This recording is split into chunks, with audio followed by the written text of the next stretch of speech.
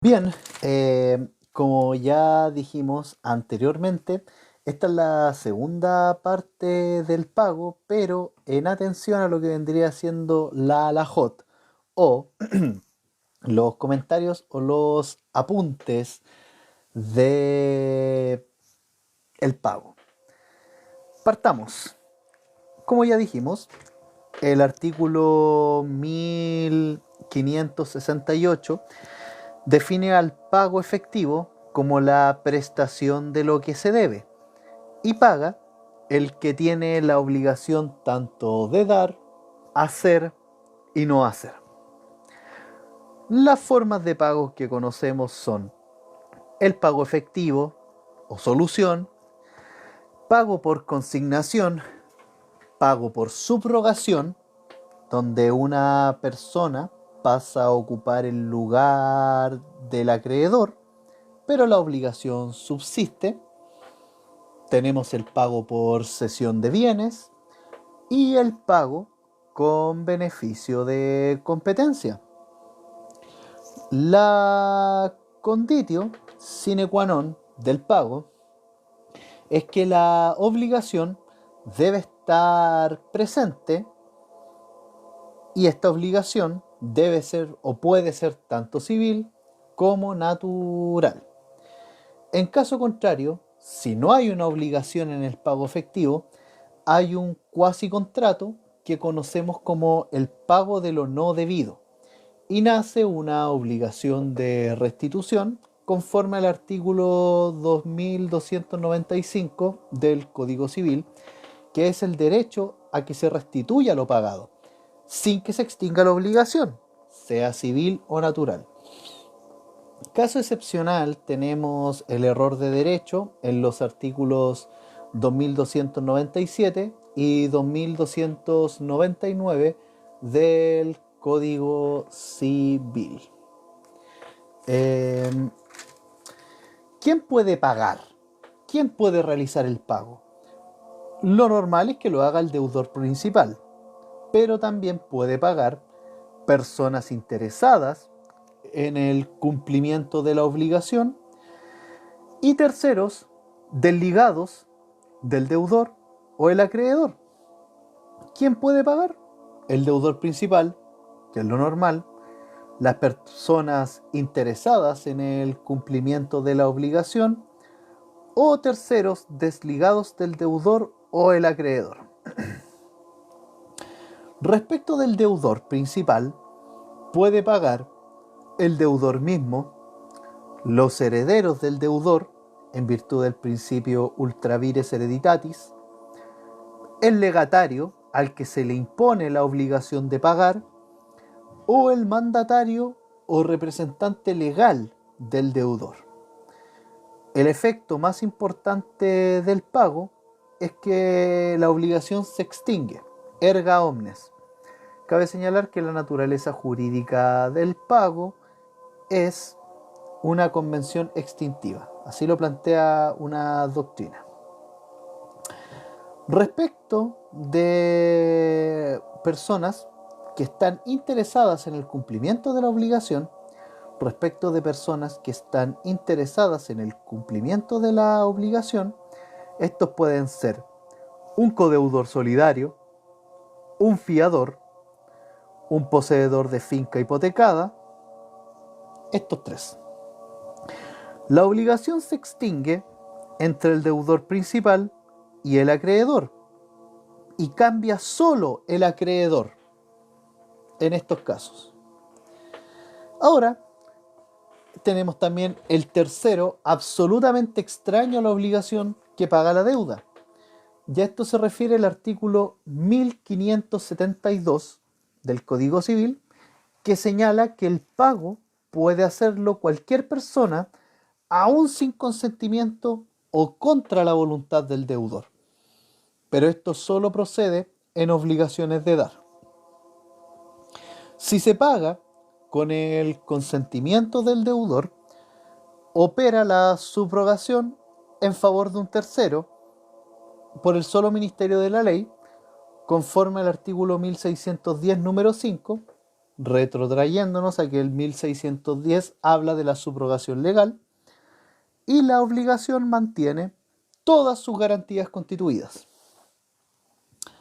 Ahora, si se paga sin conocimiento del deudor,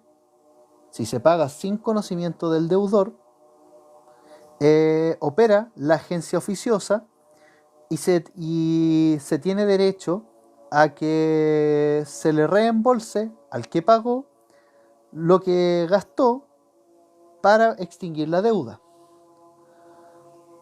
Ahora, si se paga contra la voluntad del deudor, no hay acción para pedir restitución a menos que el acreedor le ceda voluntariamente la acción. El artículo 2291, asociado con lo anterior y que dice relación con esto, señala de que el que administra negocio ajeno contra la expresa prohibición del interesado no tiene demanda contra él, sino solo respecto a la gestión que le ha sido útil al tiempo de la demanda. Vamos a hablar ahora de las condiciones que debe reunir el pago para la validez del mismo o cuando tiene por objeto transferir la propiedad. Para esto nos referimos al artículo 1575 del Código Civil. Las condiciones que debe reunir el pago para su validez, según el 1575, son, primero, que se pague al dueño o con consentimiento de éste. Segundo, que la persona que paga debe tener capacidad de enajenar o facultad de disposición. Esto debe hacerse conforme a las solemnidades legales y debe pagar el dueño, ya que el pago es tradición. Si paga un tercero, no se transfiere el dominio y no se extingue la obligación. Y el pago hecho, eso es. Tercera condición, es que el que paga tenga facultad de enajenar, que tenga facultad de disposición. Si no tiene esta facultad, el acto es nulo. El tradente requiere de facultad de disposición para que el pago sea válido. El tradente requiere facultad de disposición para que el pago sea válido. No basta la capacidad de ejercicio. La doctrina mayoritaria señala de que es necesario... eso no va. Ya. Cuarto, solemnidades legales, que es una de las condiciones que debe reunir el pago para tener validez, es el cumplimiento de las solemnidades legales, que son formalidades de pago que se exigen para la tradición y que en el caso de obligaciones de dar un bien raíz, debe inscribirse el título en el conservador de bienes raíces, conforme así lo señala el artículo 679 del Código Civil, que dice que si la ley exige solemnidades especiales para la enajenación, no se transfiere el dominio sin ellas. Entonces, las condiciones que debe reunir el pago para su validez están en el 1575 del Código Civil, y que son, primero, que pague el dueño. Segundo, que la persona que paga tenga capacidad para enajenar, facultad de disposición. Y tercero, que se cumplan las solemnidades legales, que son formalidades del pago, que son las mismas que se exigen para la tradición. Y en caso de la obligación de dar un bien raíz, debe inscribirse el título en el conservador de bienes raíces, conforme al artículo 679 del Código Civil. 679, si la ley exige solemnidades especiales para la enajenación, no se transfiere el dominio sin estas. Ya. ¿A quién debe pagarse? ¿A quién debe pagarse? Esto lo señala el artículo 1576 del Código Civil y siguientes. para que el pago sea válido, debe hacerse al acreedor o a las personas que la ley o el juez autoricen para recibir por él, o a la persona diputada para el cobro. Tener presente que el pago hecho de buena fe a la persona que estaba en posesión del crédito es válido, aunque aparezca después que el crédito no le pertenecía. En consecuencia, el pago debe hacerse al acreedor, que es el adquirente, y solo a él se le puede transferir el dominio. Y ojo, el que paga mal paga dos veces, pero esto no significa que pierda la plata, sino que lo mal pagado puede recuperarse por medio de una acción de reembolso, y esto no implica una pérdida de dinero. El pagar mal y por tanto pagar dos veces significa que el pago hecho es inoponible al acreedor. Bien, vamos a detallar ahora a quién se puede pagar. Vamos a detallar a quién se puede pagar. Respecto de esto, entonces, dijimos al acreedor, al representante del acreedor y al poseedor del título del crédito. Al acreedor, al representante del acreedor y al poseedor del título del crédito. Vamos con el acreedor. El artículo 1576 señala que se le paga a la persona física del acreedor, su representante o legatario o cesionario del crédito. Hay casos donde no se puede pagar al acreedor y que incluso pagando no se extingue la obligación, como por ejemplo el acreedor sin libre administración de sus bienes.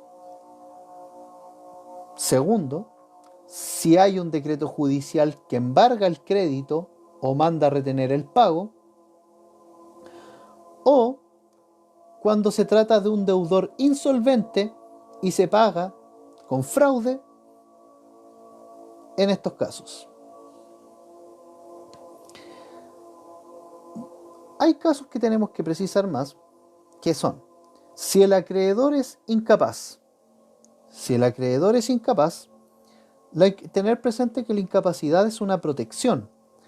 Bello considera que no es conveniente que reciba un pago para que no lo disipe. Aunque la excepción está dada en el artículo 1688 del Código Civil, donde la cosa pagada se emplea en provecho del acreedor. El deudor debe acreditar que el incapaz se ha hecho más rico, si es que pretende la nulidad. Respecto del embargo, respecto del embargo, en cuanto hay sí decreto judicial que embarga el crédito o manda a retener el pago, este embargo debe ser notificado al demandado y en consecuencia no le puede pagar al acreedor. Aquí entra la acción subrogatoria u obligua. Los únicos derechos que no son embargables son los que emanan de las acciones personalísimas. Se pueden embargar los créditos, impidiendo que sean pagados. Se pueden embargar los créditos, impidiendo que sean pagados. El deudor, al no pagar un crédito embargado, no cae en mora, ya que no tiene la obligación, porque ésta no va a ser exigible mientras exista el decreto judicial que embarga el crédito. El acreedor no puede oponer la compensación porque de lo contrario frustraría el embargo. Si se quiere enajenar o ceder el crédito embargado, habría objeto ilícito, conforme al artículo 1464, número 3 del Código Civil.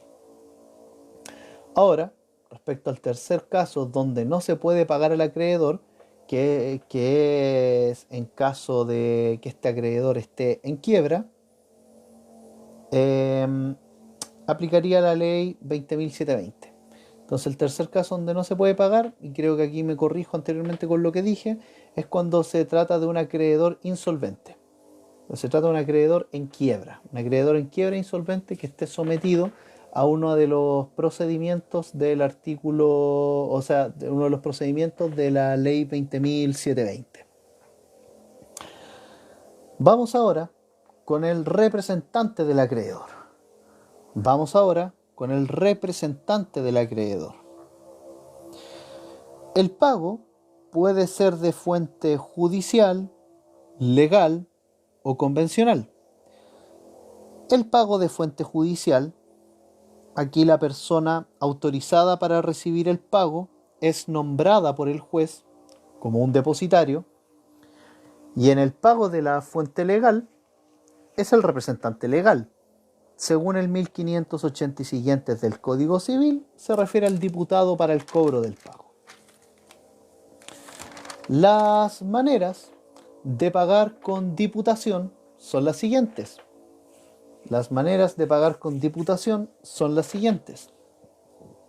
Primero, en virtud de un mandato general que da representación en todos los actos jurídicos. Segundo, cuando se confiere un mandato especial para que se administre un negocio determinado que comprende el pago de la obligación. Y tercero, por diputación especial. Por ejemplo, se designa un mandatario para que gestione el pago de un incapaz, pero éste no confiere por sí solo la facultad para recibir el pago. Esto se relaciona con el artículo 7 de inciso segundo del Código de Procedimiento Civil. No se entiende concebida la facultad al procurador de percibir. Ahora, ¿cómo termina la diputación para el pago? Por las mismas causales de un mandato, sea la muerte del diputado, y aquí los herederos del diputado no suceden en ningún derecho relacionado con esta diputación, salvo acuerdo en contrario, conforme al artículo 1583 del Código Civil.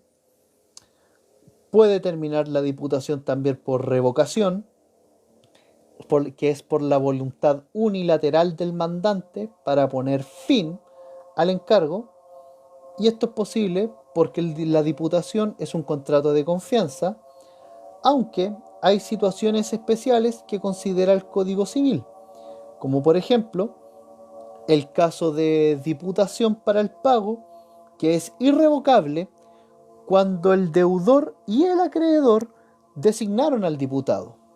Ahora, si el deudor no se opone, igual se puede revocar el mandato, según el artículo 1584 del Código Civil. Y el 1585 del Código Civil, que es otra situación especial que considera el Código, señala de que en un contrato se puede estipular que el pago se puede hacer a un tercero o al acreedor mismo. En un contrato se puede estipular que el pago se puede hacer a un tercero o al acreedor mismo. En principio, el acreedor no puede oponerse al pago a un tercero. En principio, el acreedor no puede oponerse al pago a un tercero, a menos que pruebe justo motivo para ello. Y aquí solo se puede oponer el acreedor a este pago al tercero en dos casos. Primero, cuando antes de la prohibición haya demandado al deudor en un juicio, o que pruebe justo motivo para ello. Vamos con el último al que se le puede pagar, que es al poseedor del título del crédito. Al poseedor del título del crédito, que no es ni acreedor ni representante. Y esto está señalado en el 1576, inciso segundo, del Código Civil. Esto ha dado pie para pensar que existe posesión sobre derechos personales. El profesor Pinochet y otros, usando como base el artículo 578 del Código Civil, discute esto. El crédito solo se ejerce al cobrarse. El crédito solo se ejerce al cobrarse, se paga y se extingue. No hay ninguna apariencia externa. El verdadero sentido, dice el profesor Pinochet y otros, el verdadero sentido de poseer un crédito es es el actual poseedor del documento el que exhibe el título que permite recibir el pago. El verdadero sentido de poseer un crédito es el actual poseedor del documento. Es el actual poseedor del documento que exhibe el título que permite recibir el pago. Ahora, esto también tiene sus requisitos. Ser poseedor del crédito y exhibirlo para recibir el pago. Y los requisitos son, primero, la buena fe, que es la convicción de que el deudor le está pagando al acreedor en razón de que éste posee el título que presume. Segundo, que al que se paga sea poseedor del crédito, o sea, detentador material del título. Y tercero, que sea un título al portador o endosado a esa persona. No puede ser nominativo porque requiere más requisitos, y si es nominativo, aquí entonces no se puede presumir la buena fe. Bien, vamos ahora a hablar de la validación del pago hecho a una persona inhábil para recibirlo. Validación del pago hecho a una persona inhábil para recibirlo. La regla general es que este pago es ineficaz y no extingue la obligación. Ahora, esto puede cambiar si el acreedor posteriormente ratifica el pago y es suficiente para que se convalide retroactivamente, según el 1577, inciso segundo del Código Civil. O bien, se valida el pago si el que lo recibió sucede en el crédito como heredero del acreedor o bajo otro título cualquiera. Vamos a hablar ahora de dónde debe pagarse. ¿Dónde debe pagarse? La importancia de determinar dónde debe pagarse es la determinación del tribunal competente, que es el de aquel lugar, donde debía hacerse el pago.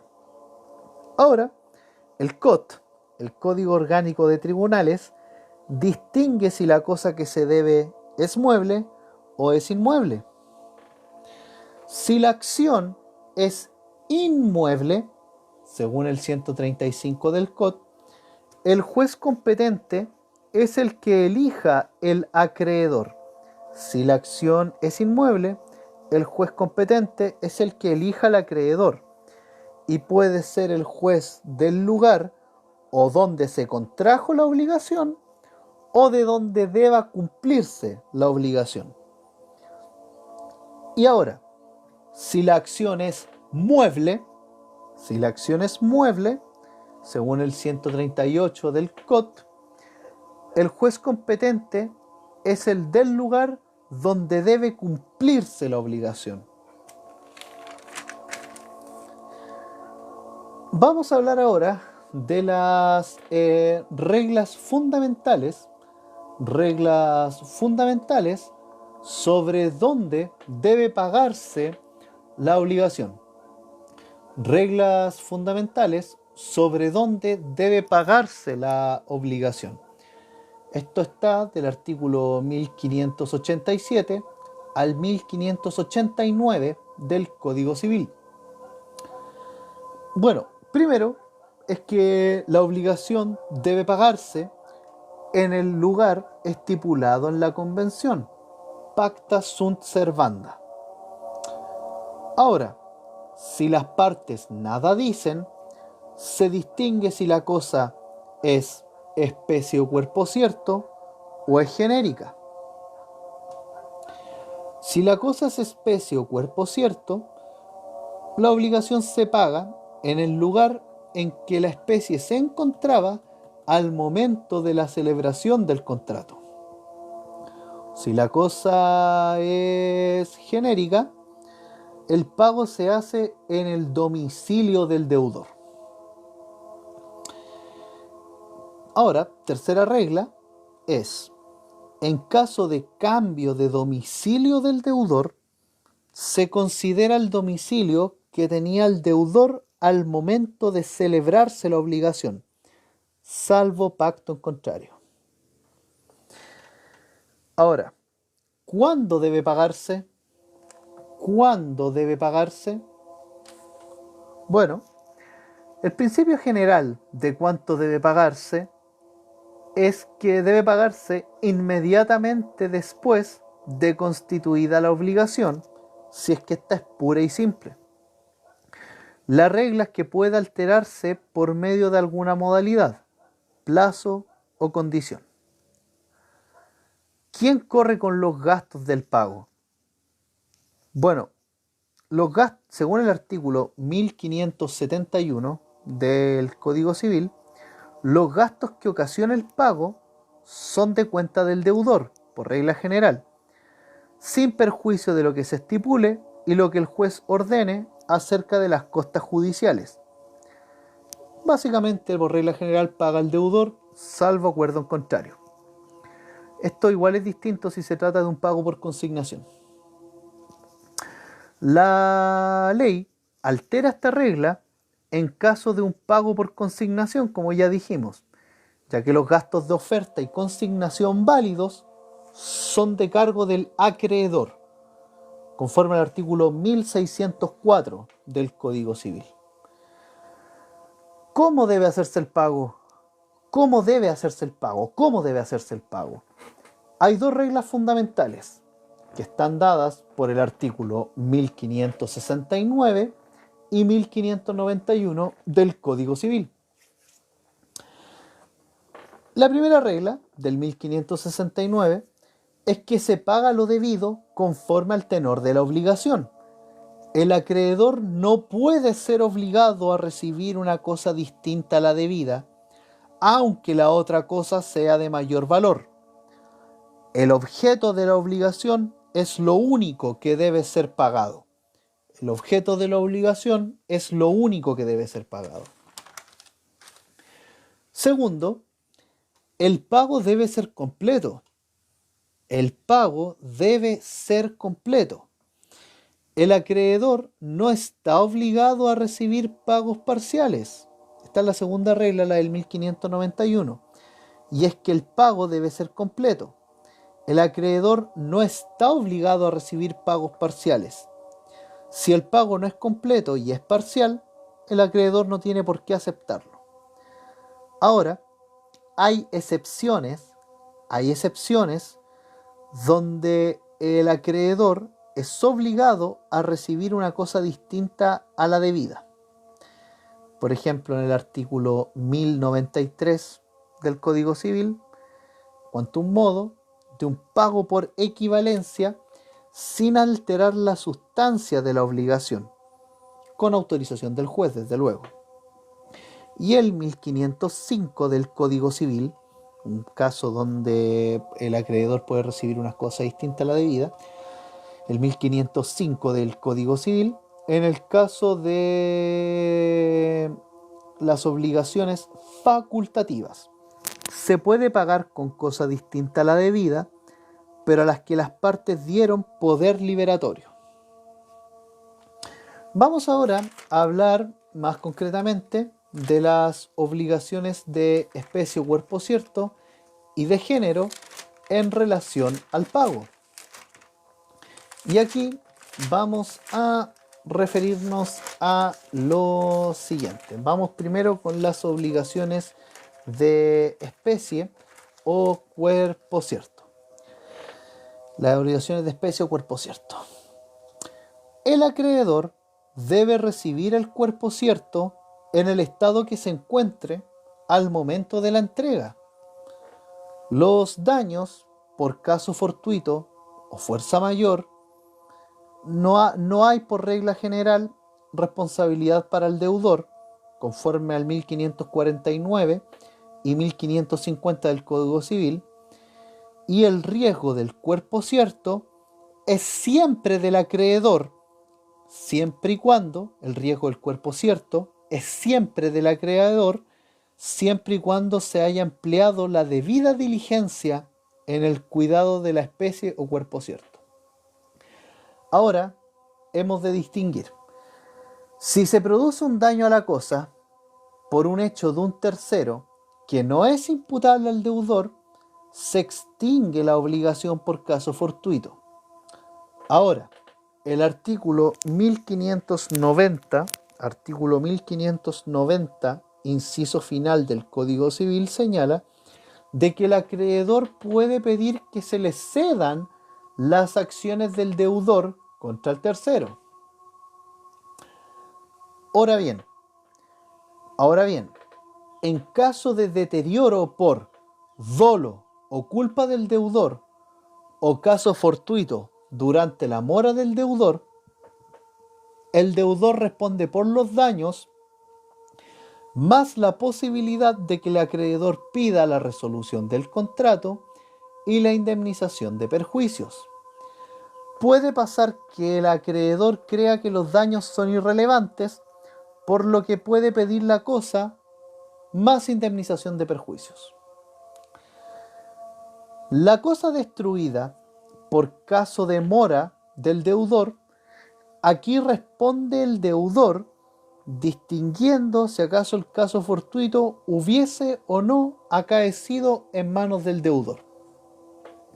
Si el caso fortuito hubiese acaecido en manos del acreedor, se paga solo la indemnización. Pero si esto no hubiese pasado en poder del acreedor, se paga el precio de la cosa más la indemnización moratoria. Vamos a hablar ahora de las obligaciones de género. Vamos a hablar ahora de las obligaciones de género en relación con el pago. Respecto a las obligaciones de género, debe pagarse con cosas del género y calidad que se estipula. Las partes fijan la calidad de la cosa. Las partes fijan la calidad de la cosa y solo esa calidad extingue la obligación. El artículo 1509 del Código Civil señala de que en silencio de las partes la calidad debe ser a lo menos mediana. El artículo 1510 señala de que la obligación no se extingue por caso fortuito a menos que desaparezcan todas las cosas del género. La obligación no se extingue por caso fortuito a menos que desaparezcan todas las cosas del género. El 1591 señala de que el pago debe ser total. Si el pago en obligaciones de género debe ser total. Si la deuda la asumen varios acreedores, todos tienen el derecho a cobrarla. La regla general es que las obligaciones de género sean simplemente conjuntas y cada deudor debe pagar la totalidad de su cuota. Cada deudor debe pagar la totalidad de su cuota, según el 1511 y 1526 del Código Civil. Las excepciones son los casos que el pago no será íntegro. Excepciones, casos en que el pago no será íntegro. Excepciones, casos en que el pago no será íntegro es, primero, si las partes estipulan que el pago será fraccionado. Si las partes estipulan que el pago será fraccionado. Segundo, por fianza, cuando nos referimos al beneficio de división. Por fianza cuando nos referimos al beneficio de división. Y tercero, por el pago de cantidad no disputada. Pago de cantidad no disputada. Aquí podrá no ser necesario el pago íntegro. Cuando las partes así lo estipulan, en el beneficio de división de la fianza y cuando se paga una cantidad no disputada. Vamos a hablar ahora de la imputación al pago. Vamos a hablar ahora de la imputación al pago. Imputación al pago. ¿De qué se trata la imputación al pago?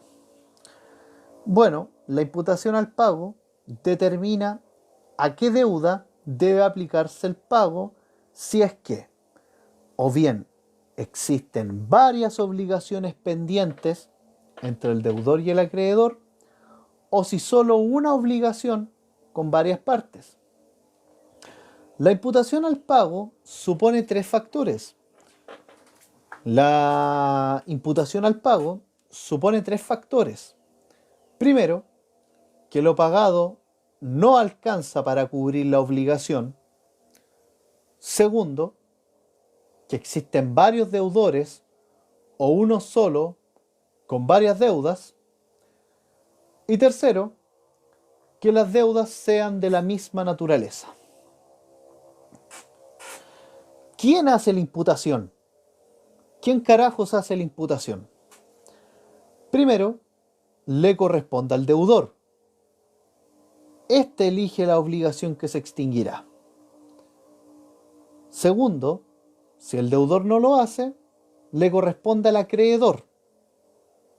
Al primero que le corresponde es al deudor. Si no lo hace el deudor, la imputación la hace al acreedor. Y, en silencio de las partes, imputará la ley el pago. El 1596 se refiere a la imputación hecha por el deudor, que tiene tres limitaciones. Primero, los intereses se imputan antes que el capital, si es que lo hay, y solo se puede imputar primero al capital con autorización expresa del acreedor. 1591. Segundo, si hay dos deudas, se prefiere la que ya sea exigible o devengada. Y tercero, el deudor solo puede imputar el pago de una deuda que se extinguiría completamente, no a una que quedaría incompleta, porque el acreedor no tiene por qué aceptar un pago parcial conforme al 1591. Respecto de la imputación hecha por el acreedor, si es que el deudor no la hace, el acreedor tiene que hacer la imputación por medio de una carta de pago. Para imputar el acreedor debe hacerlo por medio de una carta de pago. Y si el deudor acepta, no hay derecho a reclamo después. Y tercero, la imputación que hace la ley. Respecto de la imputación que hace la ley, hay una sola regla, que se prefieren las deudas que ya estén exigibles a las que no lo están. Y si todas son exigibles, queda a preferencia del deudor. Bueno, cuando se trata de un crédito con varios componentes, se prefiere primero intereses, segundo reajuste de capital y tercero capital. Bien, ya con esto hemos estado avanzando y continuaremos con que si hay costas judiciales pendientes, se prefieren estas por sobre los intereses. Las costas judiciales pendientes se prefieren sobre los intereses.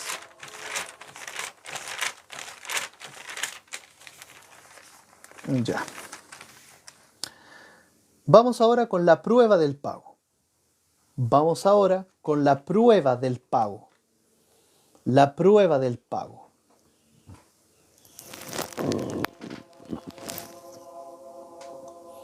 La prueba del pago. Respecto de la prueba del pago, señalar que esta es una convención que limita la prueba de los testigos. La excepción es que puede probarse el pago por testigos cuando hay un principio de prueba por escrito. El Código Civil no contiene la exigencia de una carta de pago. Esto lo suple el artículo 119 del Código de Comercio, que señala de que el deudor que paga tiene derecho a exigir un recibo. Aquí hablamos de las presunciones de pago, que están en la ley 18.010, en los artículos 17 y 18, que son presunciones de pagos simplemente legales, que señalan el artículo 17 de la ley 18.010, de que si se da recibo del capital, se presumen pagados los intereses, lo mismo que señala el artículo 1595, inciso segundo del Código Civil, y el artículo 18, que basta acumular los últimos 3 recibos. Ya. Vamos con los efectos del pago. Vamos con los efectos del pago. Bueno, los efectos principales del pago son los siguientes. Los efectos principales del pago son que, primero, se extingue la obligación. Es lo natural y obvio. El pago extingue la obligación, es lo natural y obvio. Segundo efecto es que por regla general no corren intereses contra el deudor después del pago, salvo en casos dudosos, que están en el artículo 10 de la ley 18.010. Y tercer efecto del pago es que se extingue la caución de la obligación.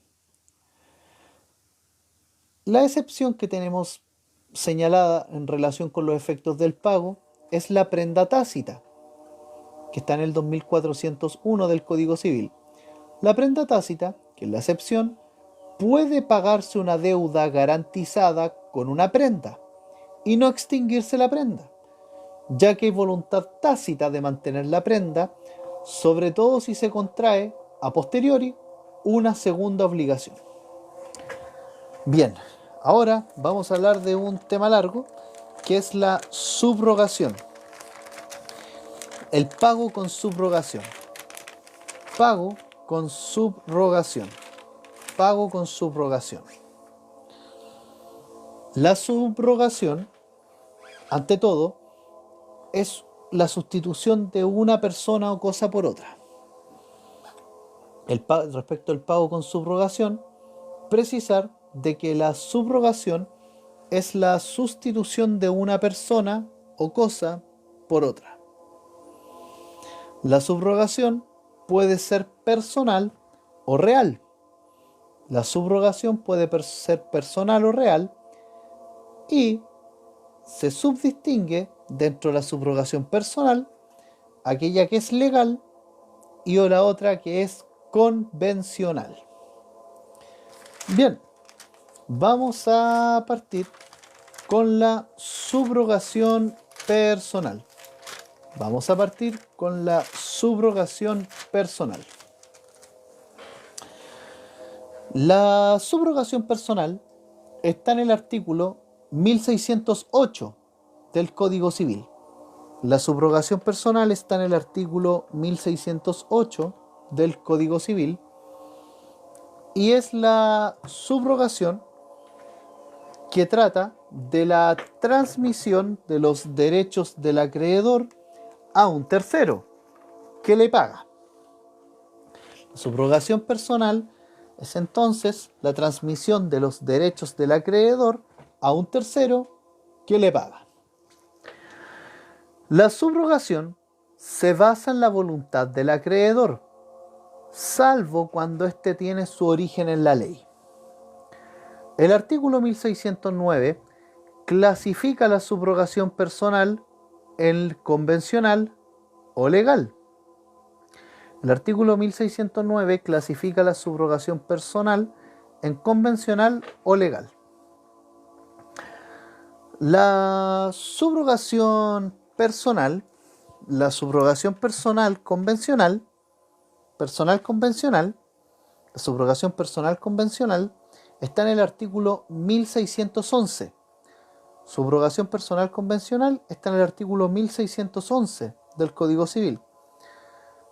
Y es una subrogación en virtud de una convención del acreedor. Es una subrogación en virtud de una convención del acreedor cuando éste, recibiendo de un tercero el pago de la deuda, le subrogan todos los derechos y acciones que les corresponden como tal acreedor. Y esto se sujeta a la regla de la cesión de derechos y debe hacerse con carta de pago.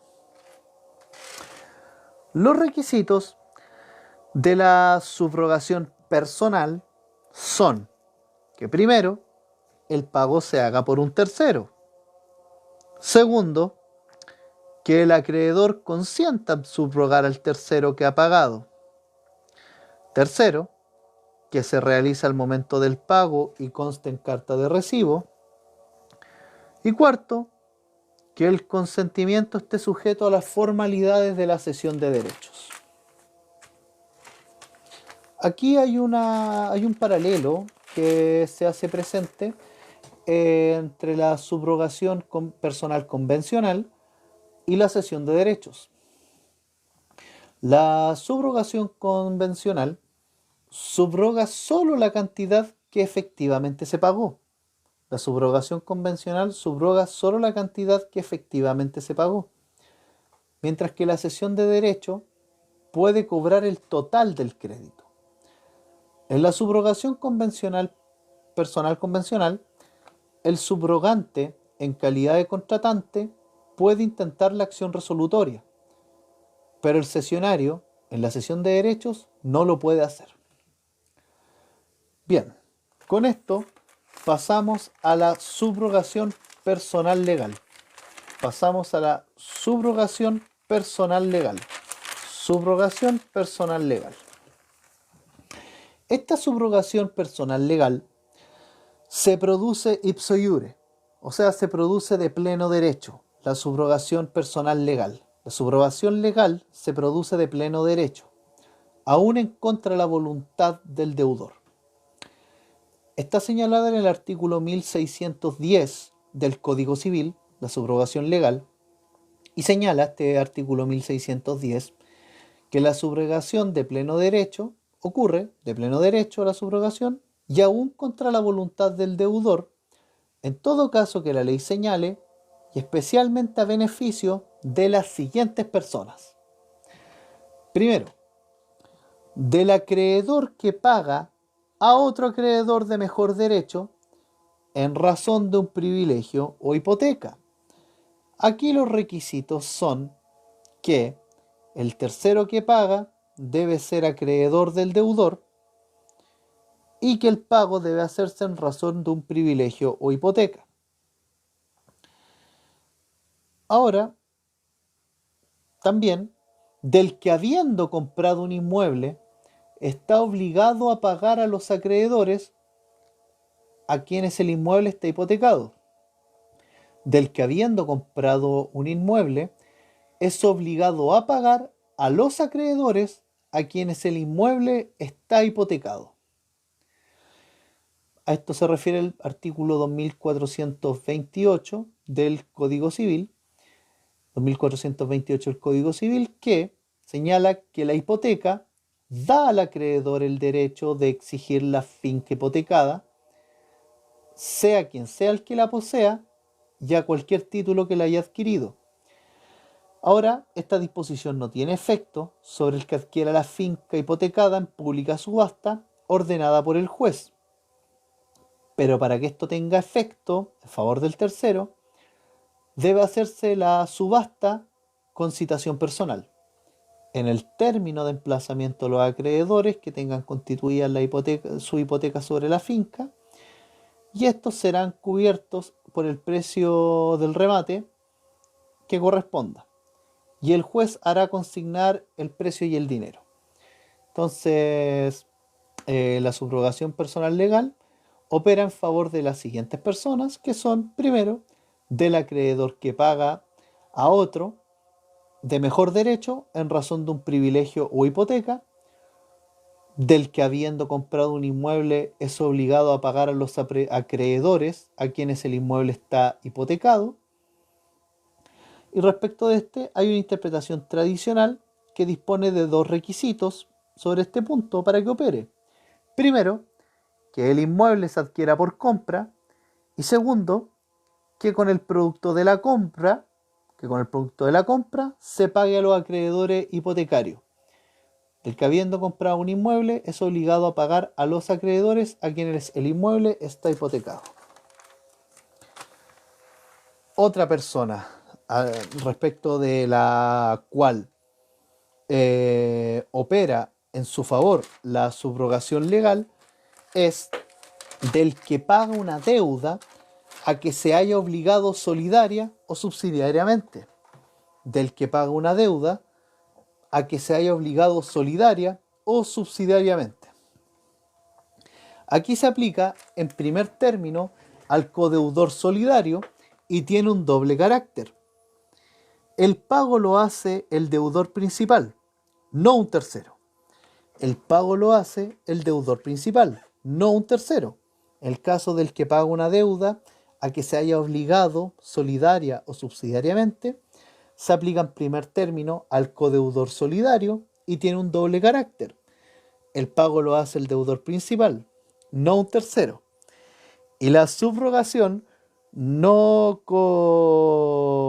comprende todos los derechos del acreedor.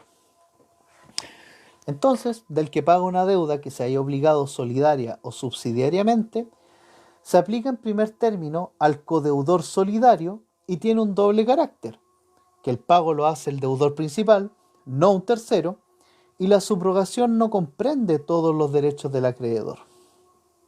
En segundo término, se aplica al fiador, conforme al artículo 2370 del Código Civil. El fiador tiene acción contra el deudor principal. El fiador tiene acción contra el deudor principal para reembolso de lo que pagó por intereses y gastos, aunque la fianza haya sido ignorada por el deudor. También tiene derecho a indemnización de perjuicios según las reglas generales, pero no puede pedir reembolso de gastos no considerados ni de gastos de notificación al deudor principal. Otra persona por la cual actúa a favor la subrogación legal son del heredero beneficiario que paga con su dinero las deudas de la herencia, del heredero beneficiado que paga con su dinero las deudas de la herencia. Se trata del heredero que acepta con beneficio de inventario. Sobre el beneficio de inventario hay una discusión doctrinaria. Algunos dicen que se trata más bien de una separación de patrimonio y la doctrina mayoritaria de que es una limitación de responsabilidad. Otra persona en la que actúa a favor la subrogación legal es el que paga deuda ajena con consentimiento tácito, del que paga deuda ajena con consentimiento tácito o expreso del deudor. La jurisprudencia de los tribunales señala de que el consentimiento del deudor, con independencia del monto, puede probarse por medio de testigos.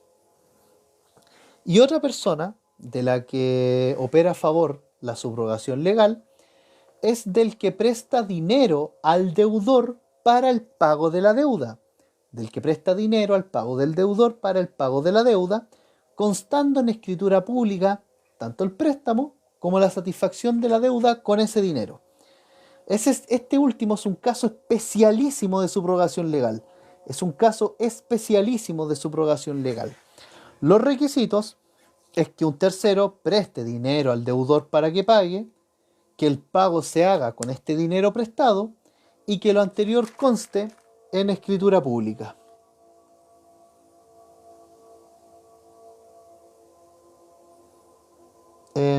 Ya. Y que conste en escritura pública. Ya. Los efectos de la subrogación. Vamos a hablar de los efectos de la subrogación. Efectos de la subrogación. Efectos de la subrogación. Efectos de la subrogación son los siguientes. Según el artículo 1612, son los siguientes. Que la subrogación, tanto legal como personal, traspasa al nuevo acreedor todo derecho, privilegio, acción o hipoteca, Traspasa al nuevo acreedor todo derecho, privilegio, acción, hipoteca del antiguo acreedor, tanto contra el deudor principal como contra terceros, y terceros que estén obligados tanto solidaria como subsidiariamente al pago de la deuda. Para el profesor Mesa Barros, en nuestro código pasa al subrogado el mismo crédito que tenía el subrogante. Hay discusiones doctrinarias respecto a la subrogación. Algunos dicen que es una simple cesión de derechos, otros una ficción que reputa subsistente la obligación del tercero, y para otros como Colin no es una ficción, sino un mandato legal excepcional. Vamos con las consecuencias de que la subrogación no produzca ningún cambio en el crédito. Consecuencias de que la subrogación no produzca ningún cambio en el crédito. Subrogación de que la subrogación no produzca ningún cambio en el crédito. Primero, que los intereses continúan corriendo. Las consecuencias de que la subrogación no produzca ningún cambio en el crédito, consecuencias de que la subrogación no produzca ningún cambio en el crédito son las siguientes. Primero, que los intereses siguen corriendo. Segundo, que la prescripción sigue corriendo. Tercero, que la calidad del contratante subsiste en el tercero. Se traspasan los privilegios, se traspasan también las garantías del crédito, y la obligación subsiste íntegramente. Y se mantienen sus modalidades. Pero ojo, esto no comprende los derechos personalísimos. Por último, ya para finalizar con la subrogación, tenemos la subrogación parcial, que está en el artículo 1612. Subrogación parcial está en el 1612, inciso segundo del Código Civil. La subrogación parcial se da si el acreedor solo es pagado en parte y puede ejercer sus derechos relativamente a lo que se le reste debiendo, con preferencia al que solo ha pagado una parte del crédito. Bien. Y ya por último, que es un tema larguísimo, vamos a hablar de la dación en pago, que algunos profesores la incluyen como un modo de extinguir aparte del pago, otros la incluyen dentro. Para efectos de este estudio la vamos a incluir dentro del pago. No es tan largo, pero es importante.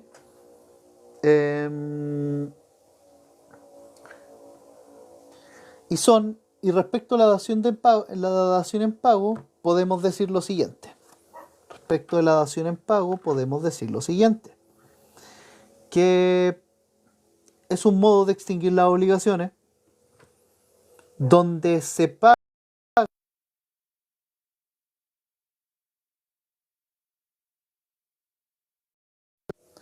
la dación en pago.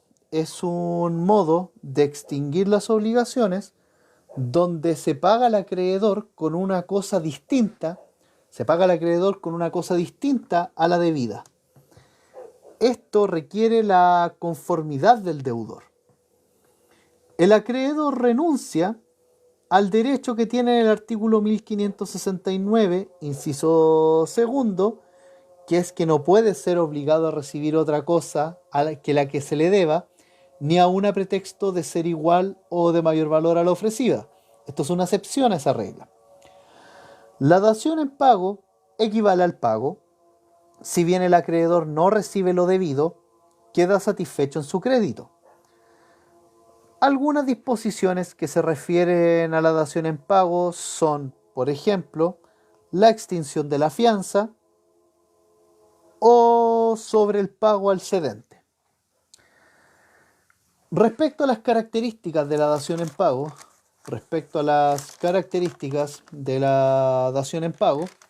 Eh, Son dos que podemos rescatar.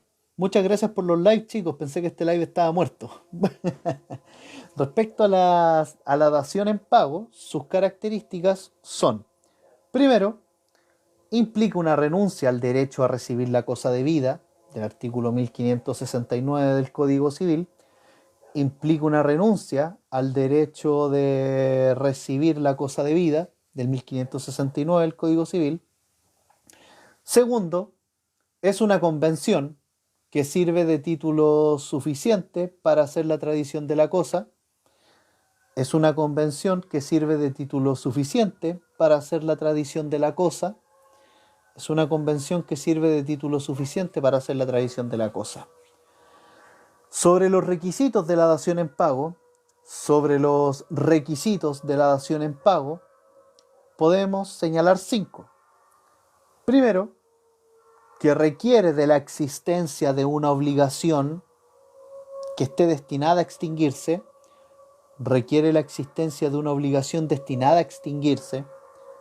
Segundo, tiene una diferencia esencial, hay una diferencia esencial de hecho entre la prestación original y la que satisface el pago.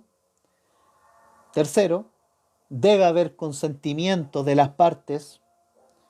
Cuarto, capacidad de ambas partes. Y quinto, cumplir con las solemnidades que se requieran. Respecto de la naturaleza jurídica de la dación en pago, hay 4 tesis. Unos dicen que es una compraventa seguida de compensación. Otros que es una novación objetiva por cambio de sujeto, que es una novación objetiva por cambio de objeto, novación objetiva por cambio de objeto, novación objetiva por cambio de objeto.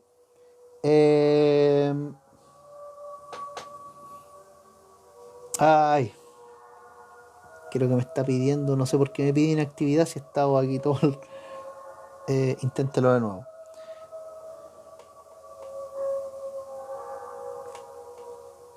Ya, ahí está. Bueno, estábamos hablando de la naturaleza jurídica de la dación en pago.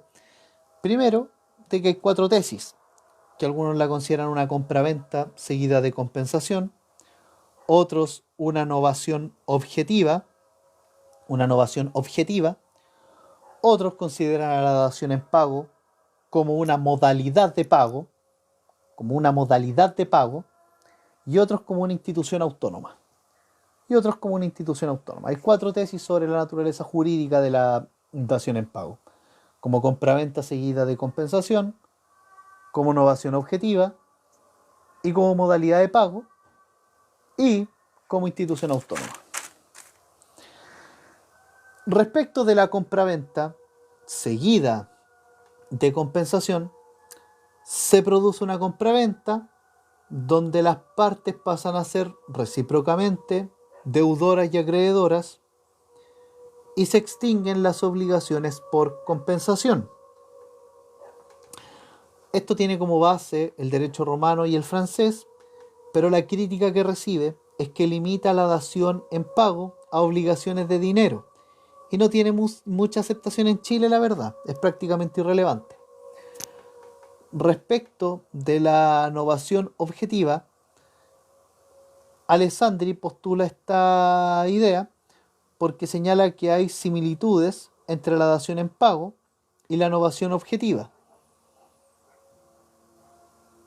ya que el principal argumento que da es que el principio novatorio de la extinción de la obligación primitiva y sus accesorios para la fianza se aplicarían en las reglas de novación. La novación objetiva es una idea que plantea Alessandri y bueno, como modalidad de pago,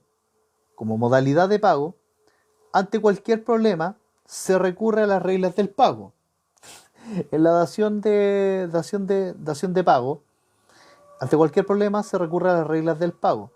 Sin embargo, hay una distinción, porque en el pago hay cumplimiento previsto por la norma, y en la dación en pago, lo que hay es un cumplimiento por equivalencia, no previsto por la norma. Ahora, aquellos que postulan que es una institución autónoma, lo dicen porque el cumplimiento de la obligación es por equivalencia y es libremente convenido entre el deudor y las partes. Esta sería la que tiene más peso.